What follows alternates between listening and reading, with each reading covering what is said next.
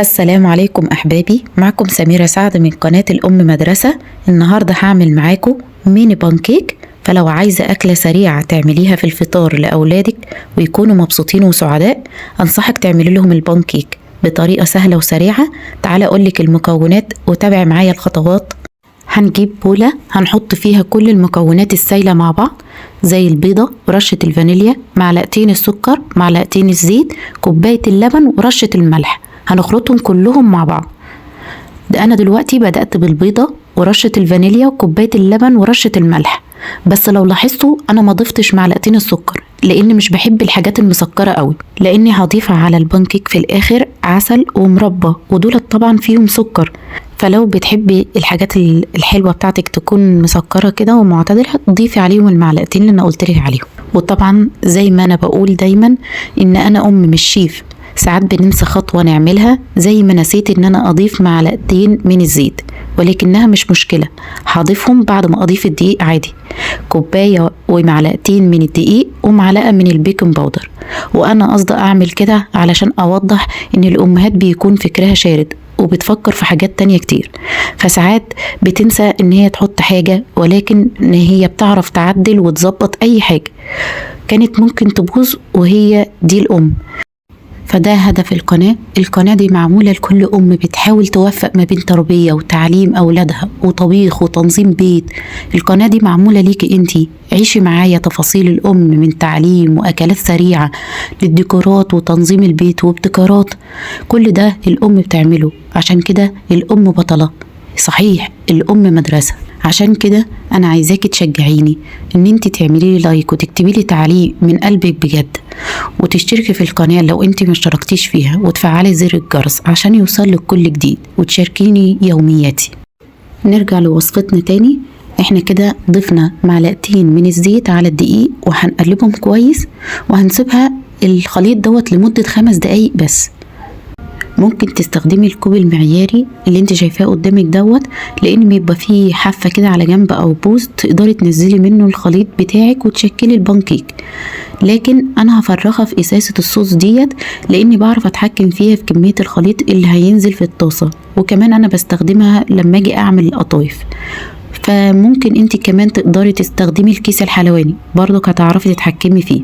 بعد ما نضيف الكميه كلها فيه، هنجيب الطاسة التيفال بتاعتنا او اي طاسة غير لاصقة، هنسخنها كويس قوي، وبعد كده هنهدي النار ونبدأ بقى ننزل البانكيك ونعمله كده ميني بانكيك صغنن.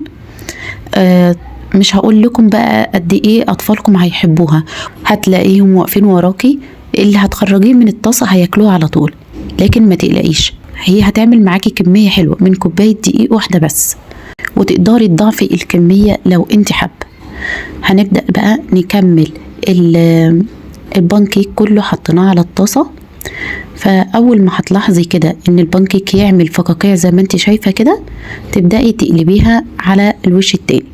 هي مش زي القطايف ان انت تطلعيها على طول، لا، دي بتتقلب على وشها. بعد ما نقلبهم كلهم على الوش التاني، هنسيبها لمدة دقيقة أو دقيقتين كده، ونخرجهم على الطبق اللي جنبنا كده، هتلاقيهم كلهم واخدين نفس اللون من فوق. نصلي على النبي مع بعضينا. اللهم صل على سيدنا محمد صلاة تحسن بها الأخلاق وتيسر بها الأرزاق وتدفع بها المشاق وتملأ بها الآفاق، وعلى آله وصحبه وسلم صلاة دائمة من يوم خلقت الدنيا إلى يوم الطلاق، واسترنا فوق الأرض ويوم العرض عليك يا عزيز يا خلاق. ما تنسوش تصلوا على النبي في التعليقات. بص كده عملنا كمية حلوة ازاي، ولسه هنكمل الباقي. بس انا عايزة ازود لك كمان حاجة ممكن تعمليها في البانكيك، هتودي البانكيك لحتة تانية خالص. ممكن تزودي عليه معلقة صغيرة من القرفة، دي بتخلي طعم البانكيك طعمه جميل جدا. ويا سلام بقى لو تقدميها مع الموز، بيبقى حكاية. وممكن كمان تزودي معلقة كاكاو، تشيلي كده معلقة من الدقيق وتضيفي معلقة من الكاكاو، وتقدميها مع صوص الشوكولاتة والفراولة، بتبقى تحفة. والأطفال معظمهم بيحبوها لأنها طبعا مش شوكولاتة. أنا عايزاكي تقوليلي أنهي واحدة اللي بتفضليها، اللي هي بالفانيليا اللي احنا عملناها، ولا اللي بالقرفة، ولا اللي بالشوكولاتة؟ وطبعا قوليلي الكلام دوت في التعليقات. ولو انت ما جربتهاش قبل كده جربيها وقولي لي تجربتك، نجحت معاكي ولا ايه، وعيالك حبوها ولا لا. لو وصلتي معايا لغاية هنا ما تنسيش تعملي لي لايك وتعليق تصلي فيه على النبي، او اي سؤال انت حابة تسألهولي، واشتراك في القناة لو انت ما اشتركتيش فيها، وتفعلي زر الجرس.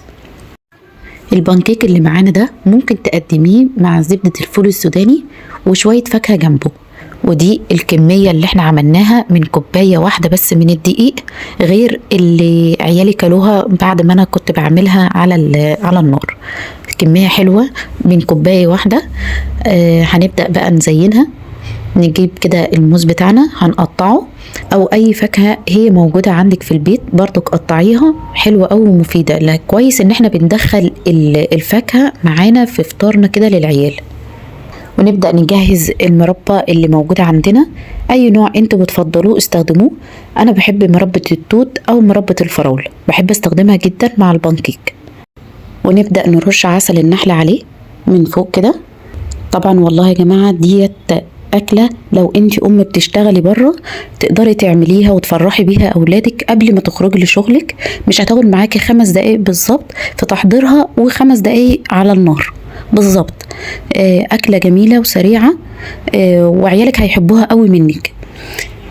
هنبدأ بقى ناخده كل واحدة من البانكيك نحط عليها معلقة من المربى، وتحط عليها الفاكهة بتاعتها وتزينيها كده في الطبق، ويبقى منظره حلو علشان العيال يفرحوا بيه كده.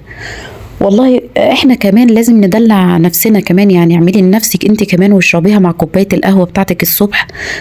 تروحي بيها عن نفسك كده قبل ما تبدأي الشغل بتاع البيت او شغلك بره. دي بتبقى حاجة حلوة قوي، يعني بنكافئ بيها نفسنا في بداية اليوم. ولو عايزة تعمليها كمان كوجبة للعشاء برضك حاجة حلوة برضك للعيال ومفيدة، وللبيت كله برضك. والله الصغيرين والكبار بيحبوها. اهي منها برضك عملتي حاجة سريعة وحلوة، وقدرتي برضك ان انت تفرحي بيها عيالك. تعالي بقى لو انت في وقت الرجيم وعايزة تاكلي بانكيك صحي ويكون خفيف كده، تقدري تستخدميه وقت الرجيم. هتجيبي معايا نص كوباية لبن، عليهم بيضة، على نص كوباية شوفان مطحون، على معلقتين من الزبادي، ومعلقة بيكنج باودر، ومعلقة صغيرة من القرفة ودي اختياري، ودي معلقة صغيرة من الفانيليا، ومعلقة صغيرة زيت أو زبدة أو سمنة، وتخلطيهم مع بعض وتسيبهم 5 دقايق وتبدأي تشكليهم زي ما انت عايزة. كده خلصنا الكمية بتاعت البانكيك كلها. فلو عجبكم الفيديو ما تنسوش تعملوا لي لايك وشير واشتراك في القناة عشان يوصل لكم كل جديد. والسلام عليكم.